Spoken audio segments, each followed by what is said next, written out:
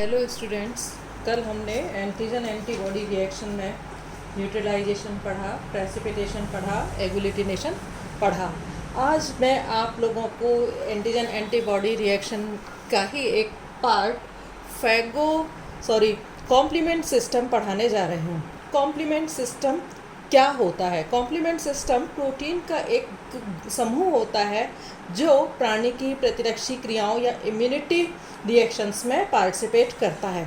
Complement system वास्तव में जो इम्यूनिटी है उसके प्रभाव को बढ़ाने का, इंक्रीज करने का, मैग्नीफाई करने का काम करता है। ब्लड प्लाज्मा और प्लाज्मा मेम्ब्रेन के अंदर 20 प्रकार के सामान्यतया निष्क्रिय प्रोटीन पाए जाते हैं जो कॉम्प्लीमेंट सिस्टम का निर्माण करते हैं। मीन्स कॉम्प्लीमेंट सिस्टम के अंदर 20 प्रकार के प्रोटीन्स होते हैं निष्क्रिय, और इसके साथ में 11 संपूरक प्रोटीन्स मीन्स सप्लीमेंट प्रोटीन होते हैं जिन्हें C1 से लेकर के C9 तक डिनोट किया गया है या रिप्रेजेंट किया गया है। इसके अलावा इसके अंदर B, D, H, I और P पोरपर्डिन्स पाए जाते हैं।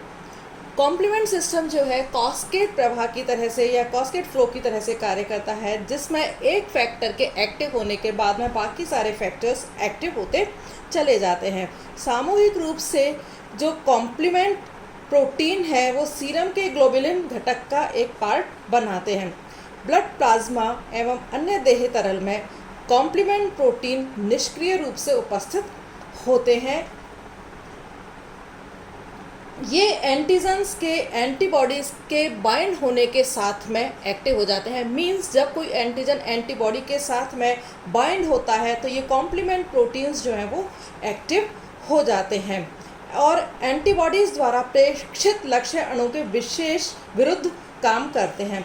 चूँकि पूरक तंत्र में एंटीजन एंटीबॉडी कॉम्प्लेक्स के कंपोनेंट्स क्रमिक रूप से सीरम में उपस्थित कारकों को हटाने का कार्य करते हैं, इसलिए यह घटना कॉम्प्लीमेंट फिक्सेशन कहलाती है। सीरियली कंपोनेंट्स को हटाने के काम करने की वजह से कॉम्प्लीमेंट सिस्टम में मेनली प्लाज्मा प्रोटीन C3 होता है जो कि 2 पथों के द्वारा या 2 पाथवेज के द्वारा एक्टिवेट होता है। एक तो क्लासिकल पाथवे चिरसम्मत पथ और दूसरा है अल्टरनेट पाथवे एकांतरित पथ। क्लासिकल पाथवे, इसमें C3 का एक्टिवेशन इम्यूनिटी सिस्टम के ऊपर डिपेंड करता है, क्योंकि इसमें जब एंटीबॉडीज़ एवं एंटीजेनिक माइक्रोब्स के मध्य कॉम्प्लेक्स बन जाता है तभी C3 प्रोटीन एक्टिव होती है। इसमें मेनली IgG, IgG3 और IgM एंटीबॉडीज़ या प्रतिरक्षियाँ भाग लेती हैं। दूसरा है अल्टरनेट पाथवे। ये माइक्रोब्स की सतह पर उपस्थित पॉलीसैकेराइड्स द्वारा प्रत्यक्ष रूप से C3 कारक को सक्रिय होता है। मीन्स माइक्रोब्स के ऊपर पॉलीसैकेराइड्स पाए जाते हैं तो उनकी वजह से ये एक्टिव C3 फैक्टर एक्टिव होता है। C3 फैक्टर के एक बार एक्टिव होने के बाद कॉम्प्लीमेंट प्रोटीन सूक्ष्म जीव को 3 प्रकार से नष्ट कर देते हैं। कौन कौन सा? एक तो सबसे पहले है एक्टिवेशन ऑफ इन्फ्लेमेशन, दूसरा है ऑप्सोनाइजेशन और तीसरा है साइटोलाइसिस। सबसे पहले एक्टिवेशन ऑफ इन्फ्लेमेशन, शोथ का सक्रियण। कुछ पूरक प्रोटीन्स जैसे कि C3A, C4A, C5A ये इन्फ्लामेटरी रिएक्शंस का सक्रियण करते हैं, इन्फ्लामेशन को बढ़ावा देते हैं।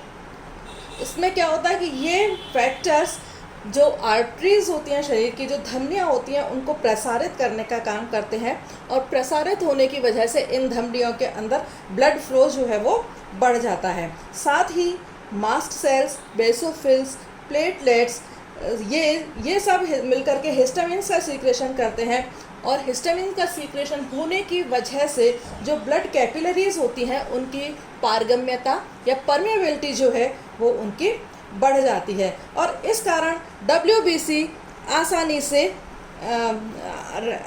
से ब्लड वेसल्स को पार कर संक्रमण स्थल तक पहुंच जाता है।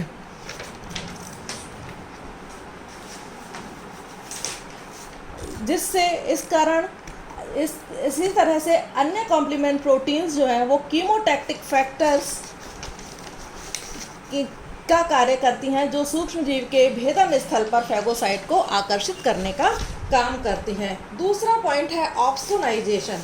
ऑप्सोनाइजेशन हिंदी में ऑप्सनीकरण, जिसको कि हम कहते हैं।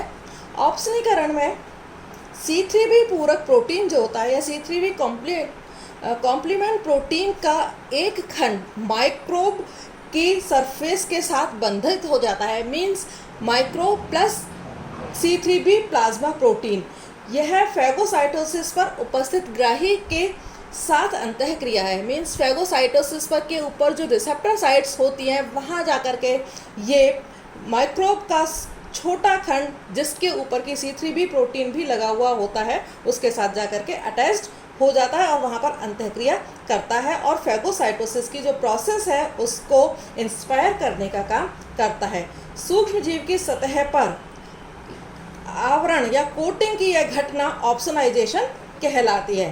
सूक्ष्म जीव की सतह पर आवरण किसका है? C3b का। तो C3b का को सूक्ष्म जीव की सतह पर यह कोटिंग की घटना ऑप्सोनाइजेशन कहलाती है। थर्ड है साइटोलाइसिस।